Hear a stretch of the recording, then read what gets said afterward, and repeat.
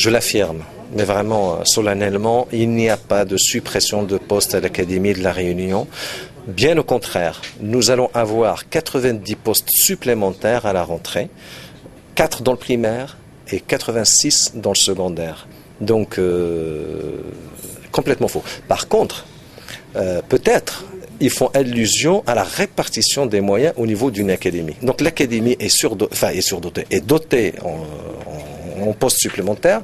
Leur répartition au niveau de l'académie obéissent à un certain nombre de règles que les syndicats connaissent très bien. Dans le cadre du CTP, on les explique parfaitement. Il y a le nombre d'élèves dans chaque établissement qui peut baisser, qui peut augmenter. Quand il baisse, forcément, il y a la suppression de classes.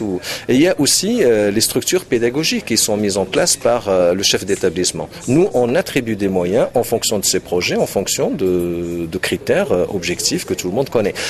Donc, du coup, peut-être ici ou là, on peut voir qu'effectivement, il y a eu suppression de telle ou telle formation, mais ailleurs, ça a été créé. Donc, le bilan global au niveau de l'académie, il est positif. Je ne vais pas cracher dans la soupe. Écoutez, dans un contexte où il y a suppression d'un poste sur 2, donc au niveau national, à l'Académie de la Réunion, non seulement il n'y a pas de suppression, mais en plus on nous donne des postes. Donc moi je compte sur les chefs d'établissement parce que c'est sur eux que ça va reposer la mise en place de la réforme. Sur les enseignants pour qu'on assure une rentrée sereine. En tout cas pour ma part je vais être sur le terrain toute cette période de mise en place du lycée pour épauler les chefs d'établissement et les enseignants pour qu'on s'approprie cette réforme parce qu'il n'est plus question aujourd'hui de discuter du bien fondé de la réforme. Nous avons obligation de la mettre en place parce que c'est ce qu'on attend de nous, dans l'intérêt des élèves de l'Académie de la Réunion.